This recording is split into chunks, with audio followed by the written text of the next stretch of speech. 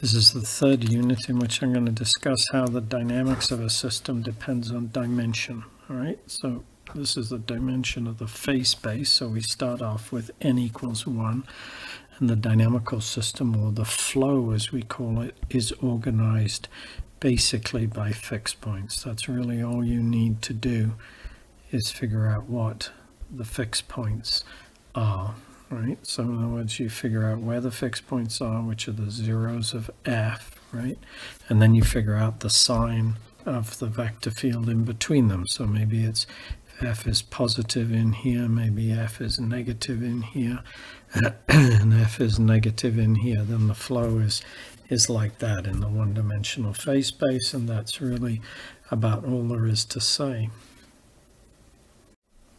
As an exercise, you could think about the logistic equation, right? And what are the fixed points and the dynamics of the logistic equation for various different values of r and x. That's fairly simple, and there will always be, you'll see there will always be two fixed points except at one particular value of r over s. N equals 2. The thing becomes a little bit more interesting, and that's because you get periodic orbits. So in some sense, I think it's fair to say that the flow is organized by fixed points,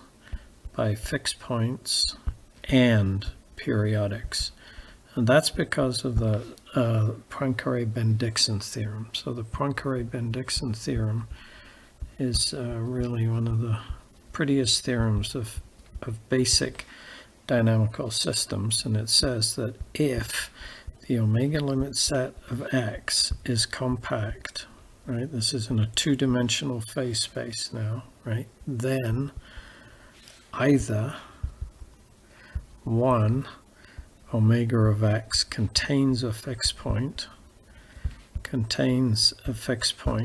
or 2 omega over x is a periodic orbit.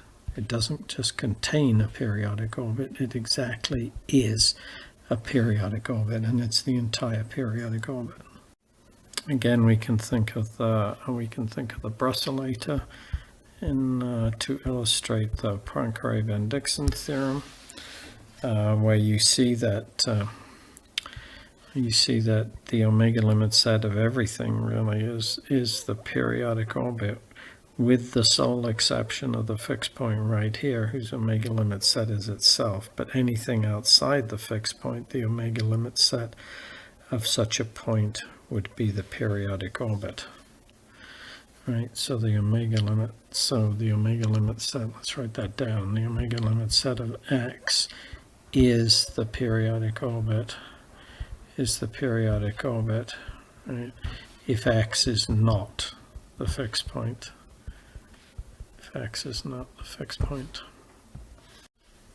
When n is equal to 3, however, all hell breaks loose, and you get the phenomenon of chaotic dynamics,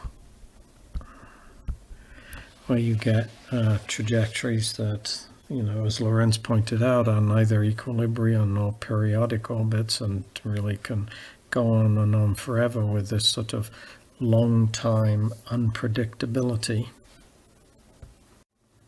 Again, you want to think of the Lorentz system, right? And the fact that this trajectory just keeps on going forever and ever like this, moving between the two different wings, and it never comes back to the point that it started. In fact, when you're on one of the wings, it's unless you had absolutely precise information about the point itself, it's would be impossible to predict which wing you would be on so many time steps down the road.